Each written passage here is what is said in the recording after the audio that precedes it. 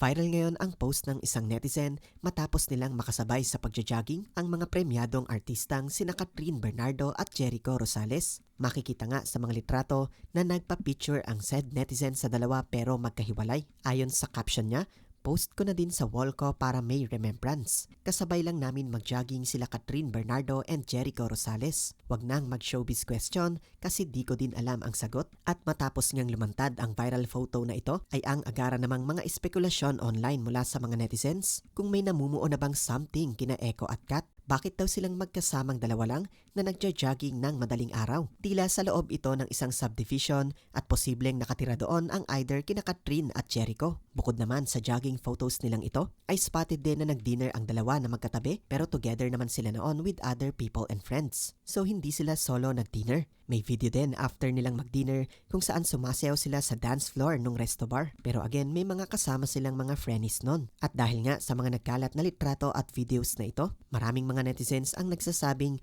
baka may relasyon na daw ang dalawa.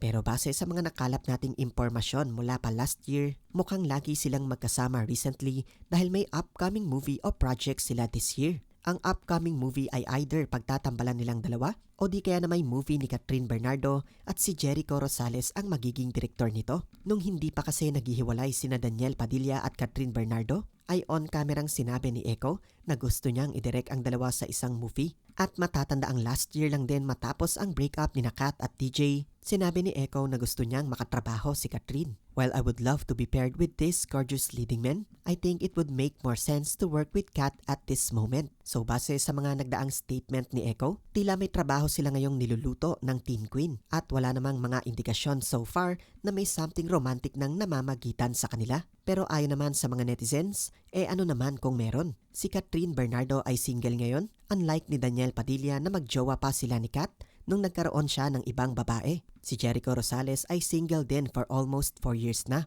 Matatanda ang recently ay nakumpirma nang naghiwalay sila ng kanyang asawang si Kim Jones noong 2019 pa. As long as walang sabit at walang maaapektuhang ibang tao, bakit naman daw hindi?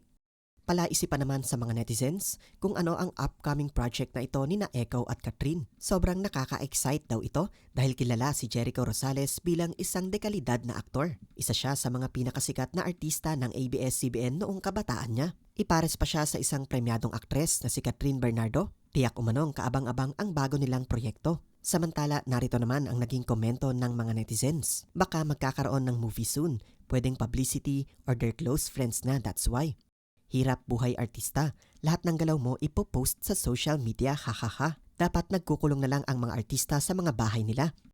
Wouldn't mind one bit. Kat is already 27. She is her own person. It's not like may tinatapakan silang tao, whatever this is.